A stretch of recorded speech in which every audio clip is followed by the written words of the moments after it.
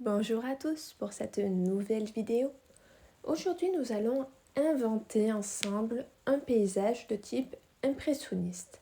Je vais donc vous montrer comment, à partir d'une simple feuille et juste une idée de ce que l'on veut, on va pouvoir créer tout un paysage en choisissant différentes couleurs et en assemblant différents éléments.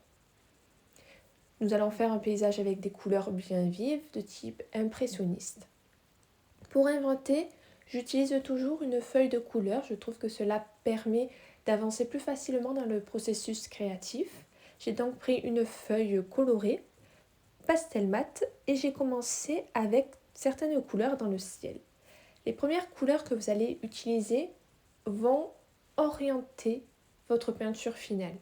En effet, la première couleur que vous choisissez va être le début de votre harmonie des couleurs et va donc vous aider à créer, inventer ce paysage. Donc le choix de la première couleur est très important et à mon sens, ce que je fais, c'est que je prends une couleur qui me plaît.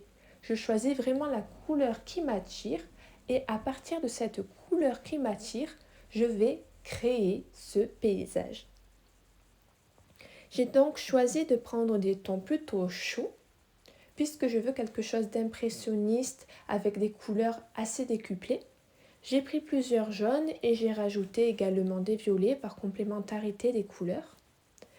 Dans ce type d'invention, je suis très libre. Je travaille par un plat de couleurs dans le ciel, je regarde si cela me convient et après j'accentue certains endroits pour faire deviner des traînées de nuages. Vous avez aussi la possibilité de rajouter des nuages dans ce ciel, mais les couleurs me plaisaient suffisamment pour ne pas rajouter par-dessus un nuage qui aurait attiré davantage l'œil. Puisque les couleurs du ciel me convenaient, j'ai arrêté à ce moment-là et je suis passée au bas de mon paysage. Lorsque vous inventez, pensez à contraster. Là, c'est ce que je fais. Je crée des montagnes au loin beaucoup plus foncées puisque le contraste va quand même donner quelque chose de réaliste. Si vous n'avez pas de contraste, votre invention sera moins convaincante. Puisque j'invente, je réutilise les couleurs que j'ai prises dans le ciel. Lorsque vous inventez, il est important d'avoir une palette de couleurs assez définie. Donc je laisse mes pastels au fur et à mesure hors des boîtes lorsque je les prends. Au moins, je garde toujours les mêmes couleurs et je repioche dans les couleurs déjà utilisées à d'autres endroits du tableau.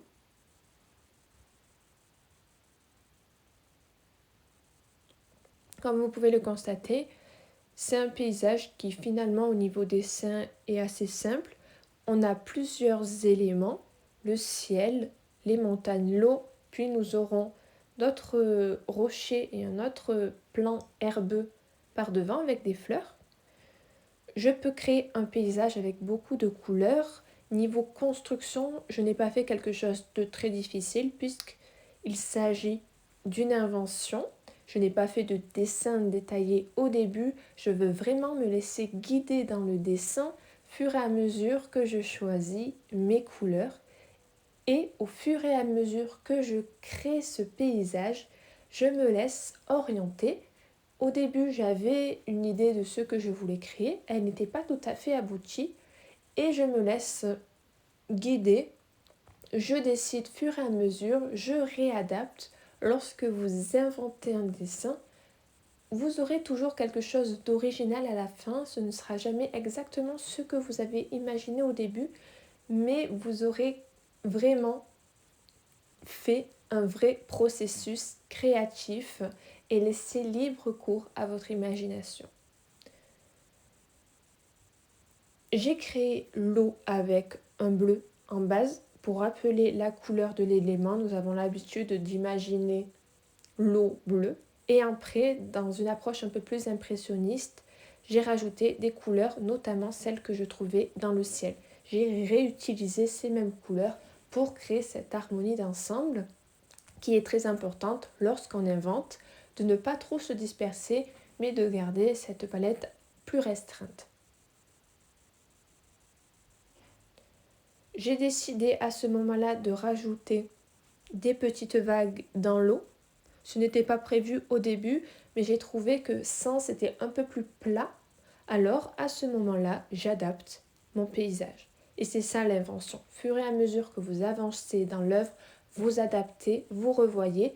Ce n'est pas une idée figée au départ, mais c'est quelque chose qui est amené à évoluer au fur et à mesure de la peinture.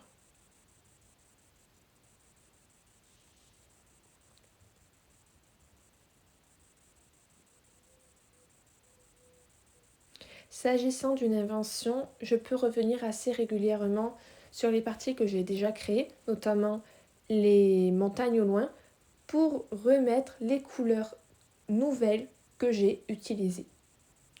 Maintenant, je suis passée à l'air par devant. J'ai utilisé un vert un peu kaki, puis un vert un peu plus bleuté, puisque le ciel est dans les orangés, les jaunes, et surtout l'orangé. J'ai décidé de donner quelque chose d'assez bleuté par complémentarité des couleurs. Ensuite, je voulais quelque chose d'un peu plus gai, d'un peu plus joyeux. Donc c'est pour cela qu'à ce moment-là, j'ai décidé de prendre également un vert un peu plus clair, un peu plus joyeux, je dirais, puisque j'ai décidé de faire évoluer l'atmosphère de ma peinture et j'ai décidé d'utiliser des couleurs plus joyeuses à ce moment-là. Donc nous avons quelque chose de légèrement plus clair par le devant que nous contrasterons par la suite.